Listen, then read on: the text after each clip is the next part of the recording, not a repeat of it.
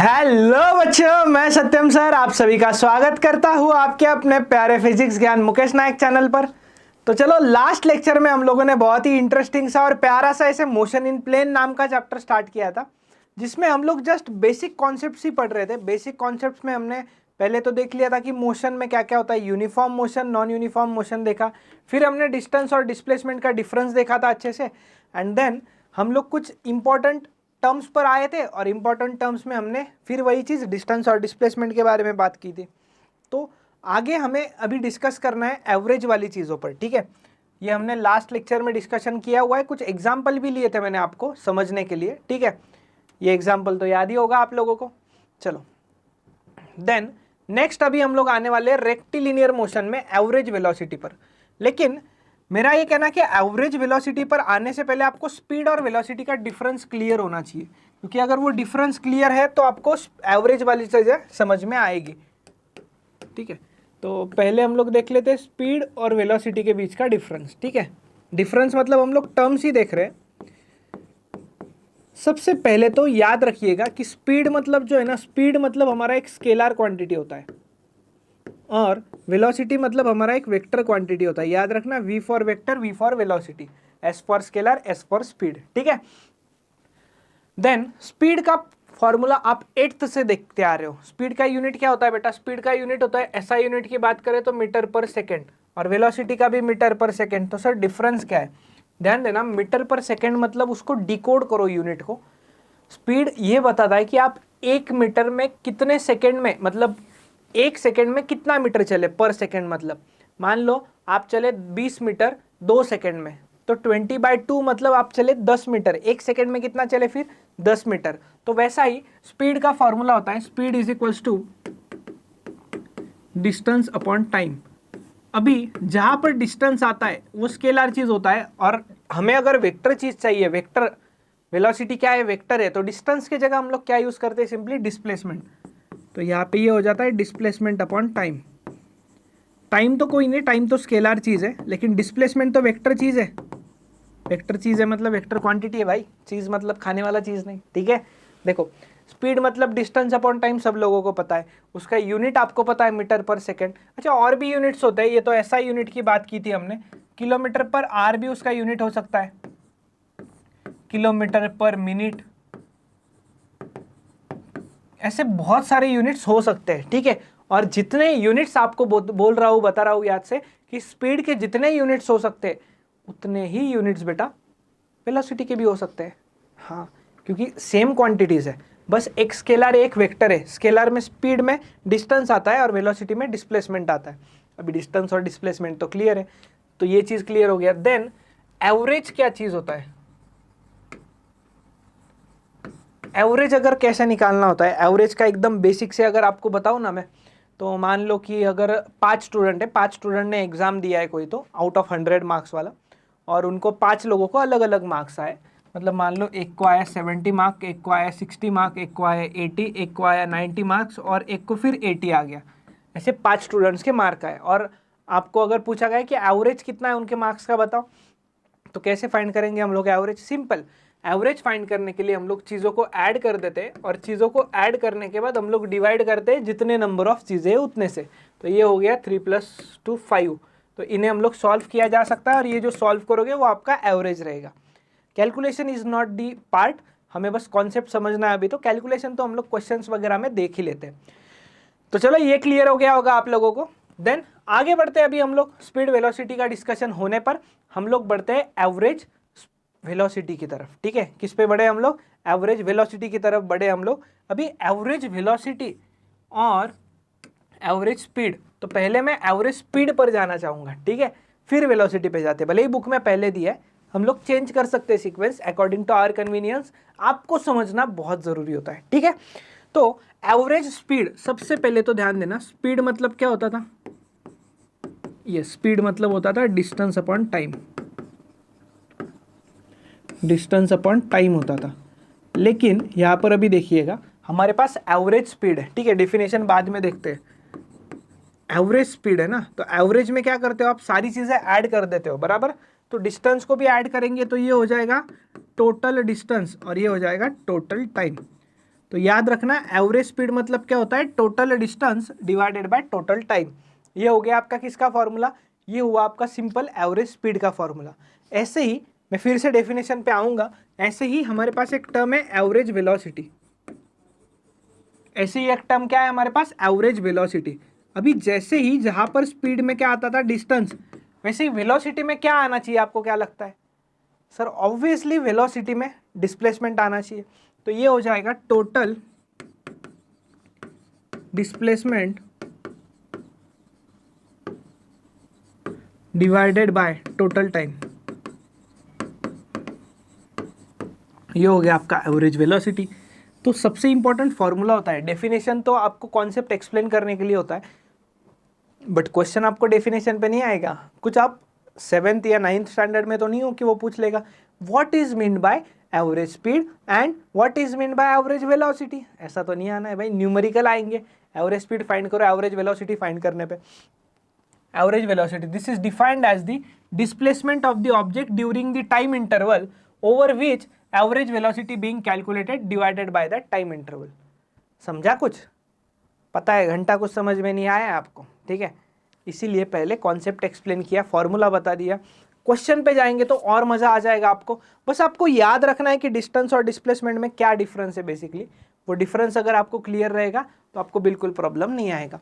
Then average speed देखो, this is defined as the total path length. Path length जो है ना, इसी पाथ लेंथ को मैं डिस्टेंस बोल रहा हूँ कितनी देर से, क्योंकि आपको क्वेश्चंस में भी यूज होगा, इसलिए पाथ लेंथ वो वर्ड बुक में दिया हुआ है, मैं उसे डिस्टेंस बोल रहा हूं कब से, लास्ट लेक्चर से, ठीक है। Travelled during time interval over which average speed is being calculated divided by that time interval. मतलब उतना कितना डिस्टेंस ट्रेवल किया उस टाइम में, जितने टाइम में आपको एवरेज स्पीड निकालना था उसका सम डिवाइडेड बाय जितना उसको टाइम लग रहा है वो, तो इसे हम लोग कहते हैं एवरेज स्पीड। चलो ये चीज क्लियर हो गया होगा आपको, average speed and average velocity. Then next चीज पर हम लोग जाने वाले, instantaneous velocity. Instantaneous velocity clear? अभी सर ये क्या आया, एवरेज अलग होता है इंस्टेंटेनियस अलग होता है? यस, एवरेज अलग और इंस्टेंटेनियस अलग। इंस्टेंटेनियस क्या होता है, पहले वर्ड को ब्रेक करो।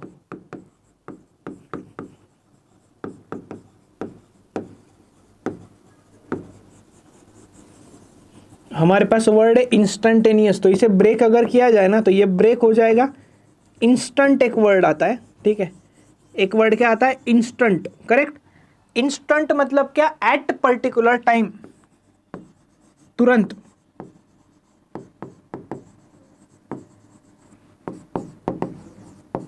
अच्छा सर कोई एग्जांपल बताइए।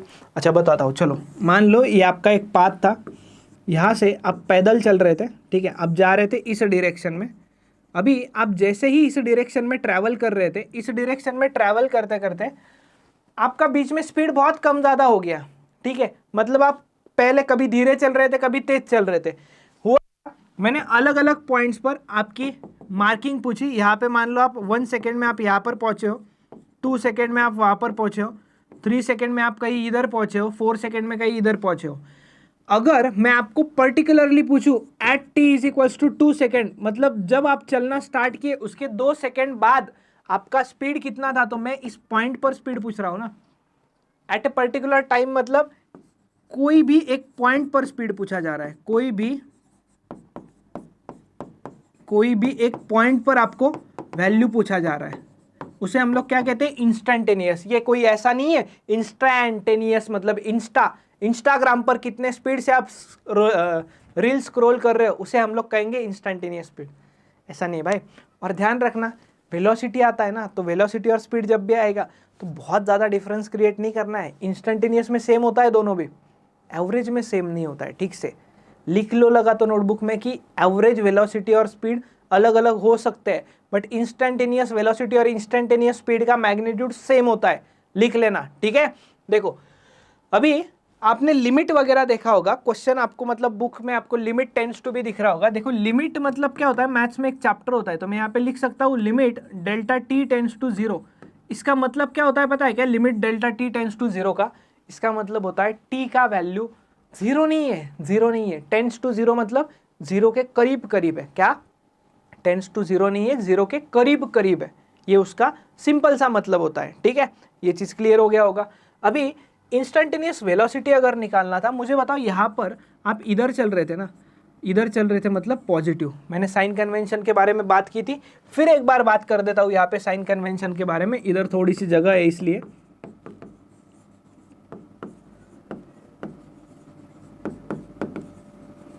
साइन कन्वेंशन के बारे में बात करते हैं। देखो क्या बात करनी साइन कन्वेंशन के बारे में, अगर मैं वेलोसिटी के साइन कन्वेंशन की बात करूँ, ये साइन कन्वेंशन वेलोसिटी और एक्सेलरेशन दोनों के लिए वैलिड है।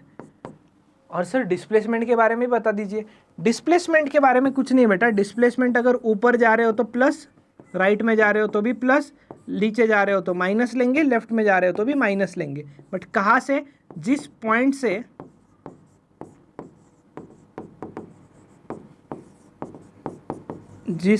से मोशन स्टार्ट हुआ, जिस पॉइंट से आपका मोशन स्टार्ट हो रहा है उस पॉइंट से हम लोग इसका साइन कन्वेंशन लेते हैं। और सर वेलोसिटी एक्सेलरेशन का कहीं से भी स्टार्ट होने दो, साइन कन्वेंशन यही रहेगा, राइट में पॉजिटिव, ऊपर भी पॉजिटिव, नीचे निगेटिव और लेफ्ट में भी निगेटिव। तो ये साइन कन्वेंशन याद रखना। अभी ये जो वेलोसिटी है, ये आप इधर राइट में जा रहे हो ना, तो ये वेलोसिटी आपका पॉजिटिव हो जाएगा और इस पॉइंट के वेलोसिटी को आप कहोगे v इंस्टेंटेनियस। समझ में आया अभी इंस्टेंटेनियस वेलोसिटी मतलब क्या? इंस्टेंटेनियस वेलोसिटी मतलब एक पर्टिकुलर टाइम पे पूछी गई वेलोसिटी आपको। अच्छा, अभी कभी कभी क्या होता है ना,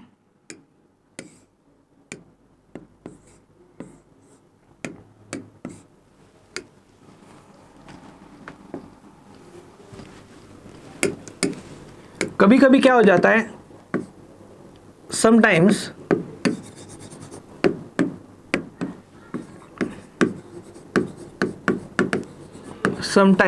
in questions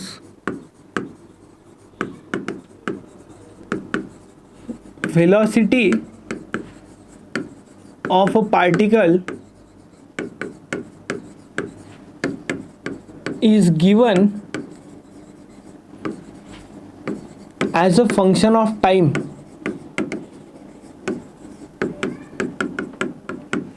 मुझे बताओ, इसका मतलब बता देता हूँ आपको। Velocity as a function of time मतलब थोड़ा मैथमेटिकल लैंग्वेज हो गया। इसका मतलब velocity is a function of time का मतलब क्या होता है, ये मैंने वर्डिंग वाला एक इक्वेशन के फॉर्म में लिख दिया। Velocity as a function of time मतलब क्या होता है पता है क्या? वेलोसिटी टाइम के साथ चेंज हो रहा है, वेलोसिटी टाइम के साथ चेंज हो रहा है। ठीक है, समझ में आया आप लोगों को? देन ये चीज क्लियर हो गया, वेलोसिटी टाइम के साथ चेंज हो रहा है। अच्छा, कभी कभी ऐसे होता है velocity as a function of x भी दिया होता है। इसका मतलब क्या होता है? Velocity is changing with x. X क्या? Position. Velocity is changing with x. X का मतलब क्या? पोजिशन। और टी का मतलब क्या? टाइम। अगर कभी आपको दिया है V as a function of time, मतलब ऐसे इक्वेशन दे देगा आपको। एग्जाम्पल ही ले लेता हूँ एक क्वेश्चन के फॉर्म में। वेलोसिटी आपको दिया है मान लो 2t² + t + 1, ये आपको दिया है। इसका मतलब क्या है? वेलोसिटी का इक्वेशन आपको टाइम के फॉर्म में दिया है, मतलब वेलोसिटी टाइम के साथ चेंज कर रहा है। और कभी आपको अगर इंस्टेंटेनियस वेलोसिटी पूछा जाए तो याद रखना, इंस्टेंटेनियस वेलोसिटी का फॉर्मूला होता है, डेरिवेटिव लेना पड़ता है आपको dx/dt, मतलब x का जो भी इक्वेशन होगा उसे डिफरेंशिएट करना होगा आपको। क्या करना होगा? x के इक्वेशन को डिफरेंशिएट करना होगा। सॉरी, यहाँ पे v नहीं x है, ठीक है। क्लियर? अभी ये तो x as a function of time हो गया सर। हाँ, इसका मतलब क्या? जैसे जैसे पोजीशन चेंज हो रहा है,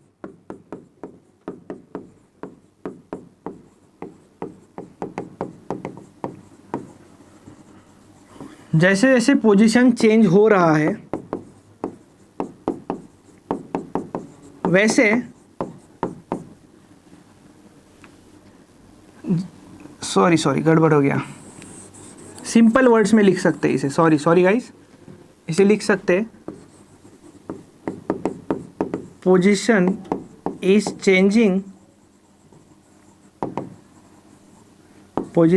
changing with respect to time. बस सिंपल ऐसे हम लोग इसे लिख सकते हैं, ठीक है, सिंपल वर्ड्स में।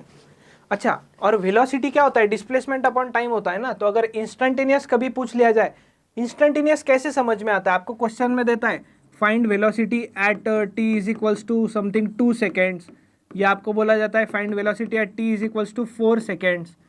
तो ऐसे अगर क्वेश्चन में पर्टिकुलर टाइम दिया है तो समझ जाना कि वो आपका इंस्टेंटेनियस वेलोसिटी। और एवरेज कैसे समझे, एवरेज में क्लियरली मेंशन होगा कि find the velocity in the time interval 2 seconds to 10 seconds, मतलब उस 8 सेकेंड में आपको वेलोसिटी चाहिए तो वो एवरेज होगा, इंस्टेंटेनियस नहीं होगा।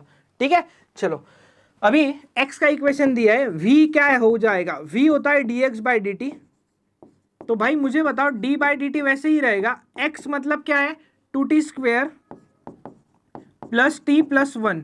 सर अभी ये डेरिवेटिव यस हम लोग पढ़ चुके हैं मैथमेटिकल मेथड्स में। अभी बता देता हूं, अगर कोई किसी ने वो लेक्चर्स नहीं देखे पीछे वाले तो वो लेक्चर्स देखिए। मैथमेटिकल मेथड्स के लास्ट लेक्चर में आपको मैंने कैलकुलस, उसमें डिफरेंशिएशन इंटीग्रेशन बताया था और तब जताया भी था कि ये आपको अगले चैप्टर में यूज होने वाला है। तो अभी भी नहीं देखा होगा तो इस लेक्चर के बाद पहले छोटा सा लेक्चर है 20-22 मिनट का, वो देख लीजिएगा। ठीक है, अभी 2t स्क्वायर का डेरिवेटिव जो लेना है तो 2 बाहर आ जाएगा, t स्क्वायर का डेरिवेटिव 2t हो जाएगा, प्लस t का डेरिवेटिव 1 आएगा, प्लस 1 का डेरिवेटिव 0 होगा। याद रखना derivative of constant d by D x of constant 0 होता है, कोई भी कांस्टेंट का डेरिवेटिव क्या होता है 0। तो यार पुट कर दो 2 इंटू 2 4t प्लस 1 हो गया, ये आपका क्या मिला, ये आपको वेलोसिटी मिला। और आपको अभी मैं क्वेश्चन देता हूं इस इक्वेशन के बेसिस पर, velocity at t is equals to 2 second निकालो। तो जब भी velocity at t is equals to 2 पूछा है तो आप t के जगह क्या पुट कर दोगे, t के जगह आप 2 पुट कर दोगे तो आपका काम बन जाएगा बेटा। t के जगह 2 पुट कर देना तो 4 into 2 plus 1, 4 into 2 8 plus 1 9।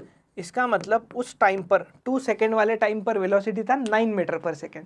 Then और भी पूछा जा सकता है फाइंड द वेलोसिटी एट, मान लो t is equals to 10 seconds, तो t का वैल्यू 10 पुट कर देना, ये हो जाएगा 4 इंटू 10 प्लस 1, मतलब कितना आएगा बेटा ये 40 प्लस 1 41 मीटर पर सेकेंड, मतलब 10 सेकेंड पर उसकी स्पीड कितनी थी 41 मीटर पर सेकेंड थी। उम्मीद है देखो बुक में नहीं दिया इतना डेप्थ में, लेकिन आपको एग्जाम्पल लेके बता रहा हूँ ताकि आपको आगे प्रॉब्लम ना है। क्योंकि होता क्या है, क्वेश्चंस तो बुक में बहुत अच्छे अच्छे दिए हुए हैं बट उस लेवल का थ्योरी एक्सप्लेन नहीं किया हुआ है जिससे आपके क्वेश्चंस इजीली सॉल्व हो जाए, जो सीईटी में भी आते हैं या बुक में भी क्वेश्चन है। तो ये हो गया आपका पूरा डिस्कशन इंस्टेंटेनियस वेलोसिटी के ऊपर। देखो कैसे, instantaneous velocity of an object is its velocity at a given instant of time, और it is defined as the limiting value of average velocity of an object over small time interval and around t when the value of time interval goes to 0। time interval goes to 0 मतलब एक particular time पर पूछा है, time को change होने के लिए मौका नहीं मिलता है इंस्टेंटेनियस वाले टर्म में। देख लीजिएगा एक बार, कोई डाउट होगा तो फिर से रिवाइंड कर लीजिएगा, या आपको अगर कोई और एग्जांपल्स वगैरह चाहिए तो मैंने आपको पहले से बोल रहा हूँ आप कमेंट कर सकते हो, you are free for that. कभी भी कमेंट करो, आपको उस पर आगे मिल जाएंगी चीज़ें। क्लियर हो गया ये चीज़ आपको? देन ये चीज़ क्लियर होने के बाद अगली चीज़ पर जाते हैं हम लोग। नेक्स्ट चीज़ है हमारा इंस्टेंटेनियस स्पीड। अभी एक चीज़ बताता हूँ, जैसे एवरेज में स्पीड और वेलोसिटी अलग अलग होता था, वैसे इंस्टेंटेनियस में बिल्कुल भी चीज़ें नहीं है। ठीक है, इंस्टेंटेनियस में जो वेलोसिटी होगा वही स्पीड होगा, बट मॉड लगा दीजिएगा क्योंकि स्पीड को कोई भी साइन नहीं आएगा ना, स्केलर क्वांटिटी है, स्पीड तो डायरेक्शन बताता है। तो instantaneous speed is equals to mod of instantaneous velocity, बस बात खत्म हो गया। और इंस्टेंटेनियस वेलोसिटी कैसे निकालना है ये तो आपको एकदम एग्जाम्पल लेके बता दिया भाई मैंने, स्पीड का कोई साइन नहीं होता है इस वजह से। Then instantaneous speed is the speed of an object at a given instant of time, it is the limiting value of average speed of an object taken over small time interval where interval goes to 0। देखो in such a limit the path length will be equal to magnitude of displacement। path length मतलब distance और displacement का magnitude same होता है, so the instantaneous speed will always be equal to magnitude of instantaneous velocity, जो कि मैंने आपको पहले ही बता दिया। चलो क्लियर है भाई चीज़ें? अरे हाँ या ना?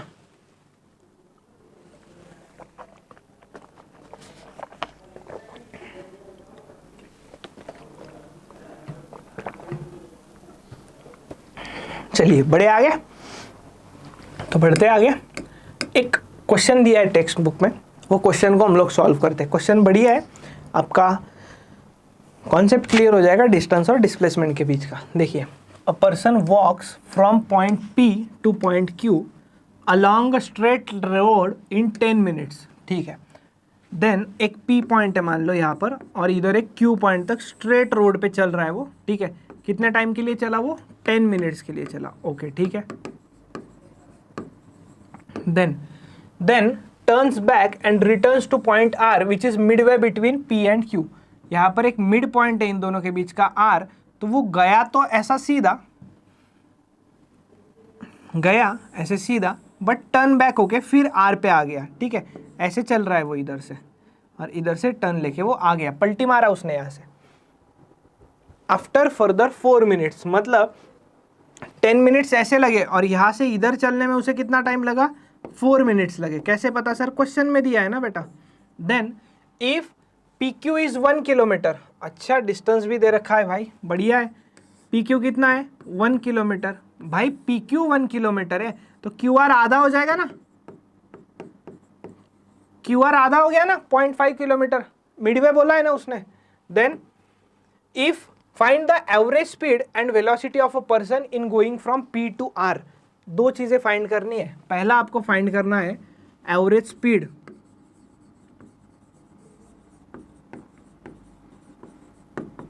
और दूसरा आपको फाइंड करना है एवरेज वेलोसिटी। तो बेसिक फॉर्मूले से जाना पड़ेगा, बुक में जितना दिया है उससे क्वेश्चन सॉल्व नहीं होना था, ये आपको अभी क्लियर होगा, ठीक है। इसलिए बहुत डेप्थ में लेकर जा रहा हूं आपको।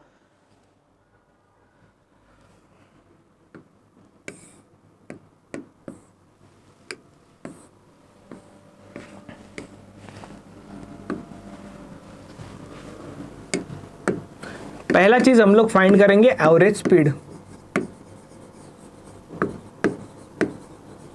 एवरेज स्पीड का क्या फॉर्मूला होता था बेटा? एवरेज स्पीड का फॉर्मूला होता था total distance divided by total time. Total distance divided by total time. मुझे बताओ बेटा, P से R तक जाने में डिस्टेंस कितना चला वो? पहले P से Q जितना चला वो प्लस Q से R। P से Q जितना चला PQ प्लस QR, और टाइम कितना लगा? PQ चलने में उसे 10 मिनट लगे और QR चलने में उसे 4 मिनट लगे, ठीक है। डिस्टेंसेस लिख लो। PQ मतलब था 1 प्लस QR मतलब था 0.5, और ये आएगा किलोमीटर में, और ये टोटल टाइम कितना लगा? 14 मिनट लगा है। अभी प्रॉब्लम क्या है ना, तो ये 1.5 किलोमीटर हो गया है, बस ये R में कन्वर्ट करते हैं ना, क्योंकि यूनिट कैसे अच्छे लगते हैं पता है क्या आपको? मीटर पर सेकेंड अच्छा लगेगा या किलोमीटर पर R अच्छा लगेगा, इस टाइप में। तो 14 मिनट को अगर मैं 60 से डिवाइड कर दूं तो ये R में कन्वर्ट हो गया आपका ऑलमोस्ट 1.5। वैसे ही 60 ऊपर चला जाएगा, नीचे बचेगा 14, ये 0 और ये पॉइंट कैंसल, 15 1 जा 15, 15 6 जा कितना होगा? 90। तो ये आएगा 90 डिवाइडेड बाय 14, और इसे आप जब सॉल्व करने लगोगे तो ये देखो कितना आता है, 14 7 जा 84, 6 आया, 14 4 जा 56, 4 आया, 3 जा, ये आपका है 7.43 किलोमीटर पर आवर। चेक कर लेते हैं टेक्स्ट बुक में।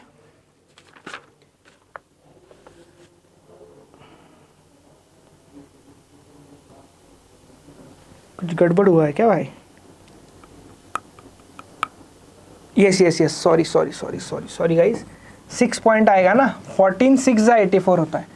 यस 14 6 जा 84 होता है, सॉरी, यस 6.43, ठीक है, ये हो गया। देन हमें क्या फाइंड करना है? देन सेकेंड पार्ट में हमें फाइंड करना है average velocity.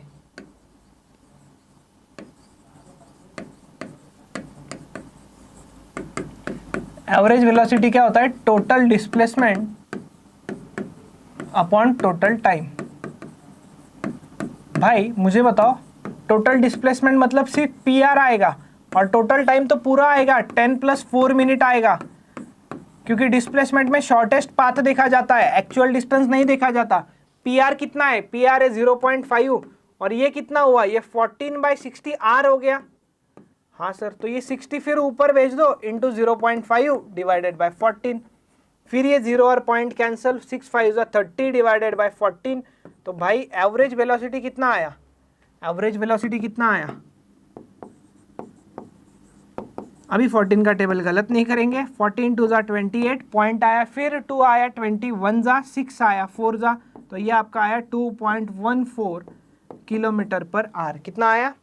2.14 kilometre per hour. Check कर सकते हो आप, और आगे भी सॉल्व कर सकते थे, बट फिर वही चीज़, calculation is not the part, मतलब वो एम नहीं है। कॉन्सेप्ट क्लियर हो जाए ना तो कैलकुलेशन तो आप प्रैक्टिस के साथ सीख ही जाओगे। तो उम्मीद है आपको ये चीज़ क्लियर हो गई होगी।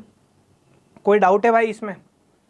हमने सारे बेसिक टर्म्स मतलब कर लिए, कैलकुलेट कर लिए, कॉन्सेप्ट भी देख लिए। अभी आपको आगे क्या आ रहा है, आगे देखो, आपको बताता हूँ मैं आगे क्या आया जा रहा है। आगे टॉपिक्स में क्या आने वाला है? टॉपिक्स में आने वाला है रेक्टिलिनियर मोशन में ग्राफ पढ़ने वाले। अभी ग्राफ देख के डरना नहीं है आपको, एकदम बेसिक से तो मैं बताने ही वाला हूँ ग्राफिकल स्टडी में, लेकिन मैं बताने से पहले आप अगर उसे अच्छे से देख के आ जाओ ना तो यार बात ही अलग होगी। ठीक है, मैं देखने से पहले आप देख के आ जाओ तो बात अलग होगी, आपको और अच्छे से समझ में आएगा, और मैं बताऊंगा तो उस पर सोने पे सुहागा लग जाएगा। क्लियर है? तो इस लेक्चर में मैं सत्यम भंडारी यहीं पर रुकता हूँ। हम लोग मिलने वाले अगले लेक्चर में ग्राफिकल स्टडी के साथ, जिसमें आपको बहुत ज़्यादा मज़ा आने वाला है, और ऐसे ऐसे ट्रिक्स और हैक्स बताऊंगा कि ग्राफ का क्वेश्चन गलत नहीं होगा भाई। क्या बताऊंगा? ऐसे ऐसे ट्रिक्स बताऊंगा कि आपका ग्राफ का क्वेश्चन गारंटी 100% गलत नहीं होगा। तो चलो हम लोग रुकते हैं यहाँ पर, मिलेंगे अगले लेक्चर में। टिल देन पढ़ते रहिए, रिवाइज करते रहिए।